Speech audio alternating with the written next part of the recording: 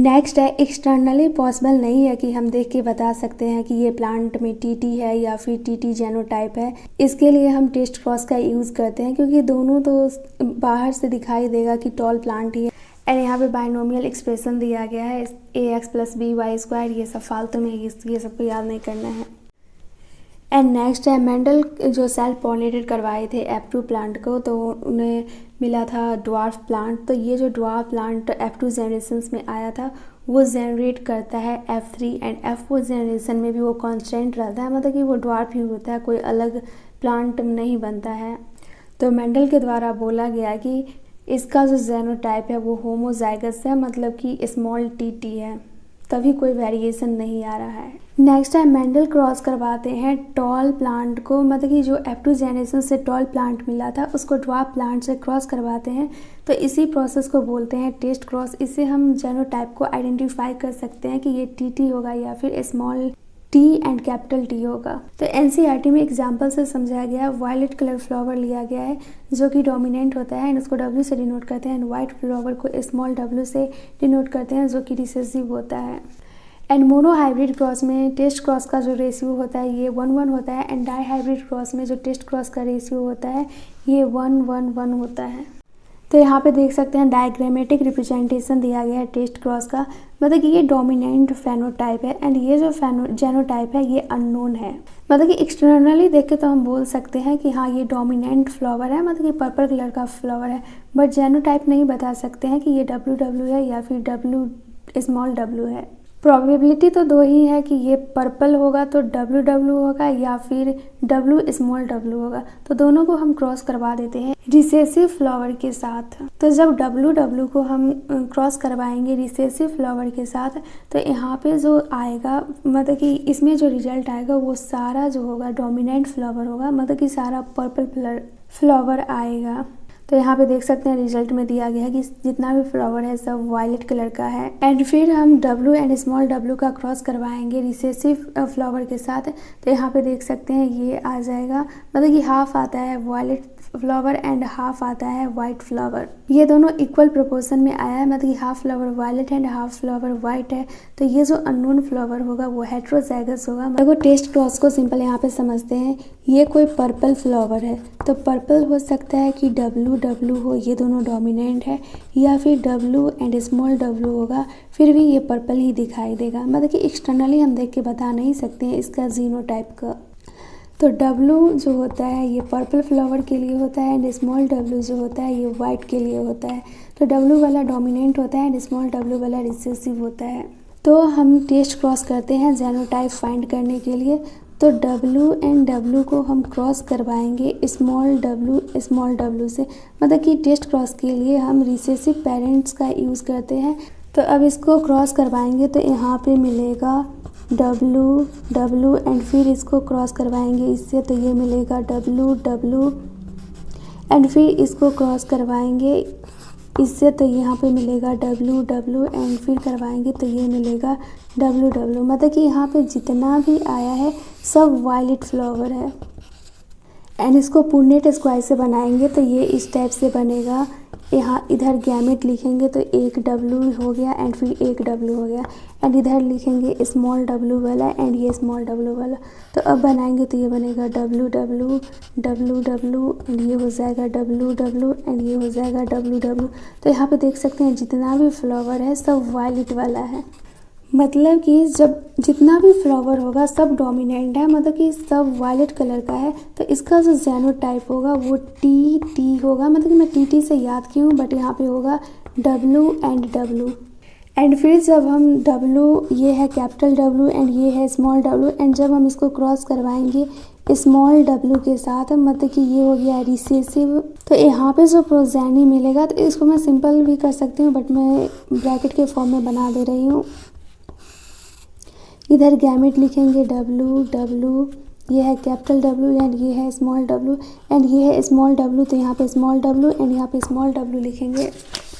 तो ये हो गया W स्मॉल w एंड ये हो गया स्मॉल w एंड ये हो गया स्मॉल w। फिर ये जो हो जाएगा ये हो गया W एंड W एंड ये हो जाएगा फिर से small w and small w। तो देख सकते हैं हाफ फ्लावर जो है ये वाइट वाला है एंड हाफ फ्लावर जो है ये डोमिनेंट वाला है, मतलब कि हाफ फ्लावर वाइट है एंड हाफ फ्लावर पर्पल है। तो जहाँ हाफ हाफ वाला कंडीशन रहता है वहाँ पे जो इसका जेनोटाइप होगा ये W, capital W and small w होगा, मतलब कि ये हेट्रोजाइगस कंडीशन में होगा।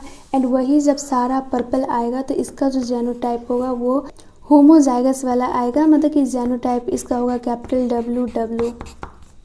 तो देखो ये पूरा का सिंपल मीनिंग यही हुआ कि अगर हम कौन सा फ्लावर लिए थे, पर्पल फ्लावर लिए थे, तो ये purple flower W small w था एंड W ये दोनों भी कंडीशन होगा तब पर भी ये हमें पर्पल दिखाई देगा। बट हमें एग्जैक्ट पता करना है कि ये दोनों में से कौन सा होगा। तो हम W एंड स्मॉल w को क्रॉस करवाए हैं वाइट फ्लावर के साथ W जिसको कि रिसेसिव बोल सकते हैं, एंड फिर कैपिटल W को क्रॉस करवाए हैं रिसेसिव फ्लावर के साथ। तो इससे जो रेशियो आता है इसमें पता चलता है कि जितना भी फ्लावर है वो सब पर्पल फ्लावर नहीं है। पर्पल फ्लावर नहीं है मतलब कि इसमें कॉम्बिनेशन है वाइट प्लस पर्पल का। एंड जब हम कैपिटल W को स्मॉल w से क्रॉस करवाते हैं तो यहाँ पे जितना भी फ्लावर आता है सब पर्पल आता है। मतलब कि अगर हमें पर्पल से फ्लावर दिखाई देगा तो जेनोटाइप जो होगा वो कैपिटल W होगा। अगर हमें वाइट प्लस पर्पल फ्लावर दिखाई देगा तो उसका जेनोटाइप जो होगा वो W एंड स्मॉल w होगा। तो वही सब यहाँ पे दिया गया है।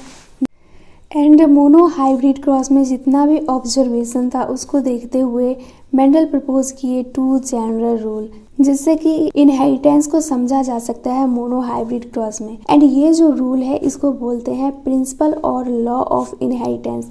तो फर्स्ट लॉ है law of dominance and second law है लॉ ऑफ सेग्रीगेशन। तो यहाँ पे लॉ ऑफ डोमिनेंस के बारे में बताया गया है। कैरेक्टर को कंट्रोल करता है डिस्ट्रिक्ट यूनिट जिसको कि बोलते हैं फैक्टर, एंड ये फैक्टर को आज जीन बोलते हैं।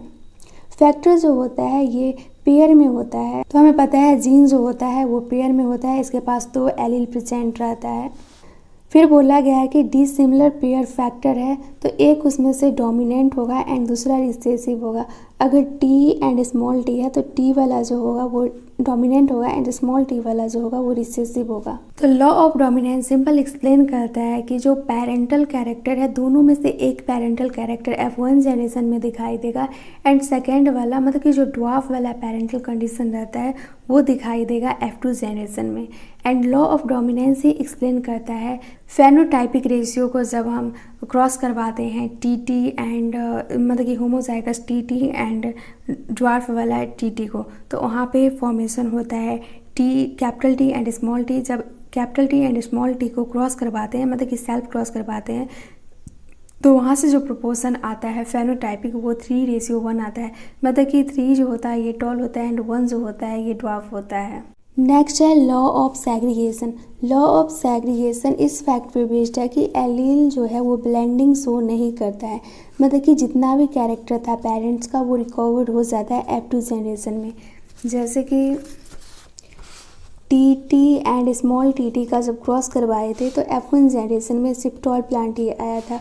फिर दोनों का सेल्फ करवाए TT एंड TT का तो यहाँ पे जो आता है वो टॉल भी आता है एंड ड्वार्फ भी आता है, मतलब कि F2 जनरेशन में दोनों पेरेंटल कैरेक्टर रिकवर हो गया।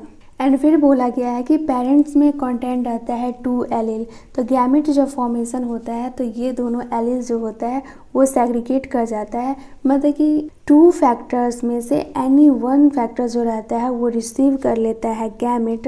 एंड फिर यहाँ पे बोला गया है कि जो होमोजाइगस पेरेंट्स रहता है मतलब कि कैपिटल TT है तो ये होमोजाइगस पेरेंट्स है, तो ये जितना भी गैमेट प्रोड्यूस करेगा वो सिमिलर टाइप का प्रोड्यूस करेगा। एंड वही हेट्रोजाइगस पेरेंट्स का बात करें मतलब कि capital T and small t जो होगा तो वो प्रोड्यूस करेगा 2 टाइप का गैमेट, एक कैपिटल T एंड एक स्मॉल t। नेक्स्ट है इनकम्प्लीट डोमिनेंस। जो एक्सपेरिमेंट मेंडल के द्वारा करवाया गया था पी प्लांट पे, सेम एक्सपेरिमेंट करवाया गया अदर प्लांट पे, तो देखा गया कि F1 जनरेशन में फेनोटाइप जो है वो अपने दोनों पेरेंट्स में किसी से भी मैच नहीं कर रहा है, मतलब कि दोनों पेरेंट्स के बीच वाला कैरेक्टर प्रोजेनी में आया है। तो यहाँ पे एग्जांपल लिया गया है डॉग फ्लावर का, एंड डॉग फ्लावर में आता है स्नैपड्रैगन जो कि स्पीशीज है एंटीरेनियम का। तो डॉग फ्लावर जो है ये बेस्ट एग्जाम्पल है इनकम्प्लीट डोमिनेंस को समझने के लिए।